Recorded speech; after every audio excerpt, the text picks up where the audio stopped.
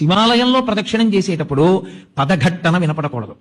మీ అడుగుల చప్పుడు కాని వినపడిందా ప్రదక్షిణం చేసేటప్పుడు మహాపాపం వేస్తారు ఖాతాలో.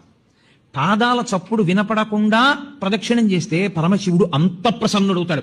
శివాలయంలో ప్రదక్షిణం చేత వచ్చేస్తుంది అంతే శక్తి అంతా. ఎలా ప్రదక్షిణం చెయ్యాలని అడిగారు. నిండు గర్భిణి ఇంకొక గంటలోనో 2 గంటల్లోనో ప్రసవం అవుతుంది. కిందంతా బిందెతో నూనె పోసేశారు. ఆమెకు ఒక పెద్ద బింది ఇచ్చి నీళ్లు చంకలో పెట్టారు డొక్కలో. ఆమె పట్టుకుంది. ఇప్పుడు ఆ నూనె వెలికిపోయిన నేల మీద నడుస్తోంది. ఆమె ఎంత పరాకుగా అడుగు వేసి నడుస్తుందో ప్రదక్షిణ సమయంలో అంత పరాకుగా అడుగు వేసి నడవాలి చప్పుడు రాకుండా. అదే ఉపమానాన్ని వాడింది శైవాగమం. యథాతథంగా మీకు నేను ఆ ఉపమానాన్ని అందించాను. అంత మెల్లగా పదఘట్టన లేకుండా తిరగవలసి ఉంటుంది. అందుకే అడుగడుగు ప్రదక్షిణం అంటారు. ఇలా అడుగు వేసి దాని ముందుకు తెచ్చి అడుగు వేస్తారు, మళ్ళీ అడుగు వేస్తారు.